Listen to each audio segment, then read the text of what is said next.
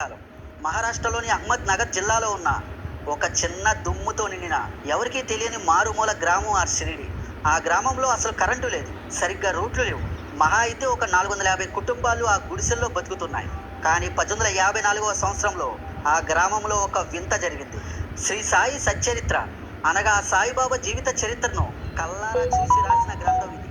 ఈ గ్రంథం ప్రకారం మనం ఒకసారి క్షుణ్ణంగా పరిశీలిస్తే, ఆ రోజు ఉదయం ఆ ఊరి చివర ఉన్న ఒక పాత వేప చెట్టు కింద ఒక 16 ఏళ్ల కుర్రాడు అక్కడ సడన్ గా ప్రత్యక్షమయ్యాడు.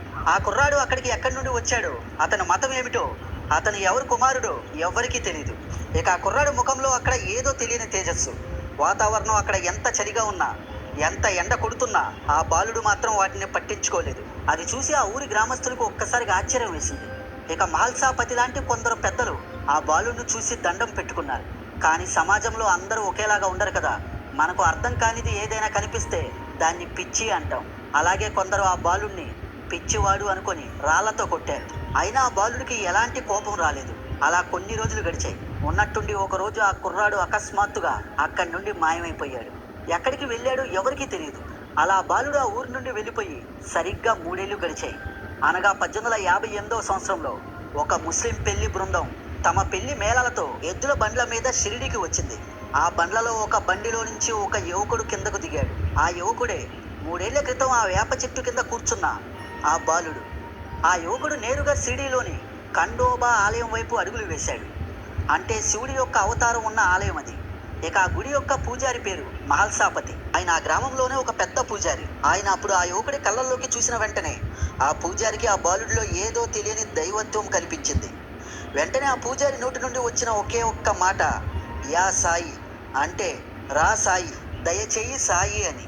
మిత్రులారా, ఈ మాట ఆ యువకుడి కళ్ళల్లోకి ఆయన చూసిన వెంటనే ఆ పూజారి నోటి నుండి ఆటోమేటిక్గా తెలియకుండానే దానంతటా అదే వచ్చేసింది. మిత్రులారా, ఇక్కడే మనం గ్రహించాల్సిన ఒక అద్భుతం దాగి ఉంది. సాయి అనే పదానికి అప్పటి పర్షియన్ భాషలో పేదవాడు లేదా సూఫీ సాధువు అని అర్థం. కానీ అదే సాయి అనే పదానికి మన సంస్కృతంలో సాక్షాత్తు దేవుడని అర్థం. అలాగే బాబా అంటే అందరికీ తండ్రి లాంటి వాడు అని అర్థం. ఒక ముస్లిం పదానికి ఒక హిందూ పదానికి ముడిపెట్టి ఆ రోజు ఆ పూజారి పెట్టిన ఆ పేరే ఈ రోజు ప్రపంచం జపిస్తున్న సాయి బాబా. ఎంత విచిత్రమో కదా.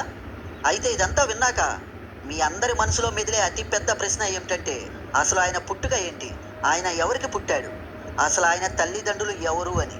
మిత్రులారా, చరిత్రకారుల వాదన ప్రకారం ఇప్పటి వరకు దీనికి 2 వాదనలతో కూడిన 2 సమాధానాలు దాగి ఉన్నాయి.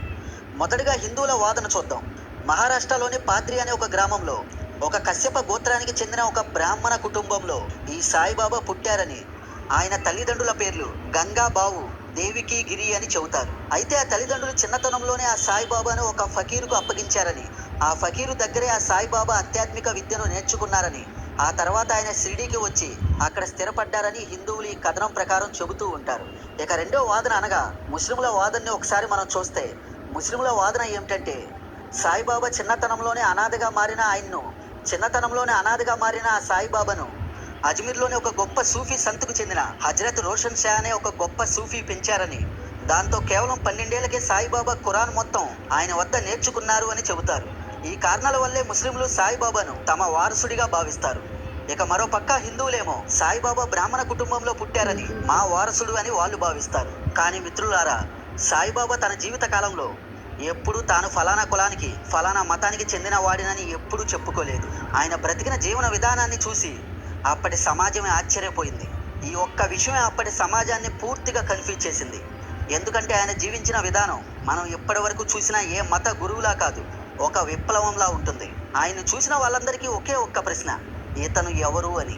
ఎందుకంటే ఆయన వేషధారణ చూస్తే ఒక ముస్లిం ఫకీర్లా ఉంటుంది. ఆయన తలపై గుడ్డ, సాదా సీదా కఫ్ని.